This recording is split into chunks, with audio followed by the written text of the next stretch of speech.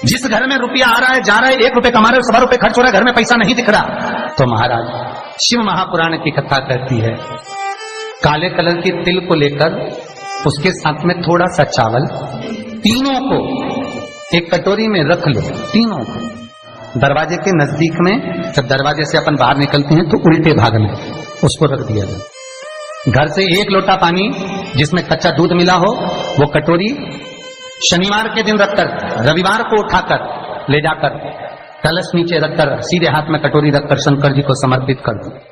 वही तिल्ली, वही चावल का भात, वही जौ, जो आप चावल का धान बोलेंगे, धान, उसको लेकर दोनों भाग पर समर्पित कर दो। आते समय वो दोनों भाग पर चढ़ी हुई तीनों चीजें उठाकर लेकर आ जाइए। दुकान में, व्यापार में, व्यवसाय वाली जगह पर उसको रख दीजिए। कभी जिंदगी में संपदा।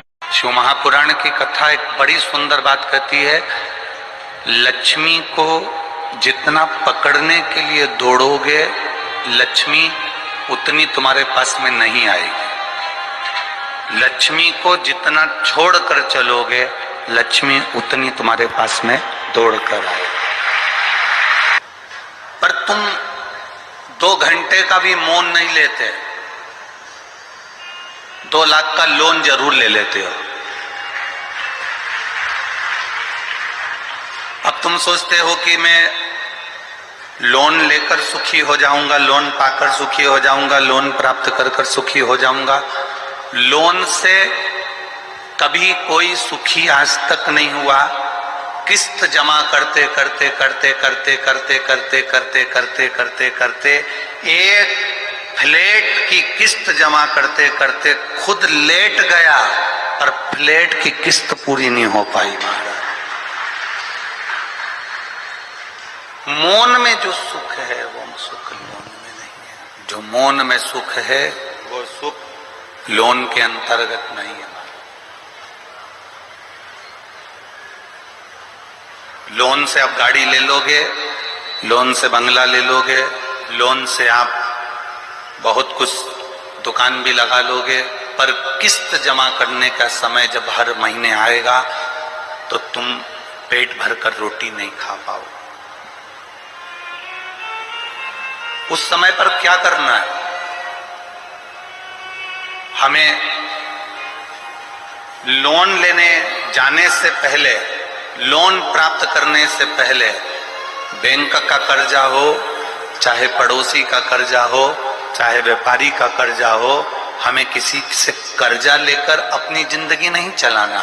हमें मौन होकर जहां नंदी बैठता है उस नंदी के बिल्कुल पास में 2 मिनट बैठकर, जब सोमवार का दिन हो या कभी आपको ऐसा लगे कि सोमवार को भीड़ ज्यादा रहती है मंदिर में, जब बाबा तुमको एकांत में मिल जाए, अकेले मिल जाए, एकांतेश्वर मिल जाए, तुम उसके पास में जहां नंदी बैठता है उसके नजदीक बैठकर नंदी के चरण का स्पर्श अपने हाथों से करते हुए, जैसे नंदी महादेव का दर्शन करता है वैसा दर्शन जिस दिन आप दिल से मौन रहकर महादेव का करना प्रारंभ कर दोगे, आपको लोन की जरूरत नहीं पड़ेगी, मौन में सब कुछ प्राप्त हो जाएगा।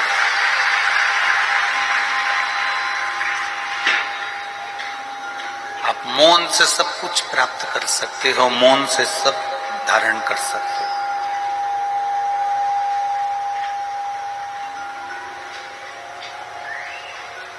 नंदीश्वर के केवल चरणारविंद का स्पर्श कर कर भी हम अगर देवाधिदेव महादेव का दर्शन कर रहे हैं, शिवलिंग का दर्शन कर रहे हैं, तो उसमें सुख है हमारा, उसमें आनंद है हमारा, कि जो मर्जी होगी, उसकी जो इच्छा होगी उसके अनुकूल हम जिएंगे, उसके अनुसार हम जिएंगे, हम उसके अनुसार जिए, हम उसके अनुसार चले। चुप रहने में, मौन रहने में जो सुख है वो सुख दुनिया का कहीं नहीं है।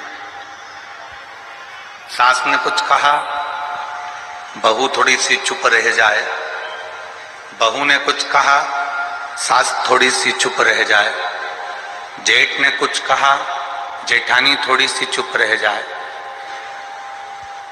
देवरानी ने कुछ कहा, जेठानी चुप रह जाए, और जेठानी कुछ कहे तो देवरानी चुप रह जाए।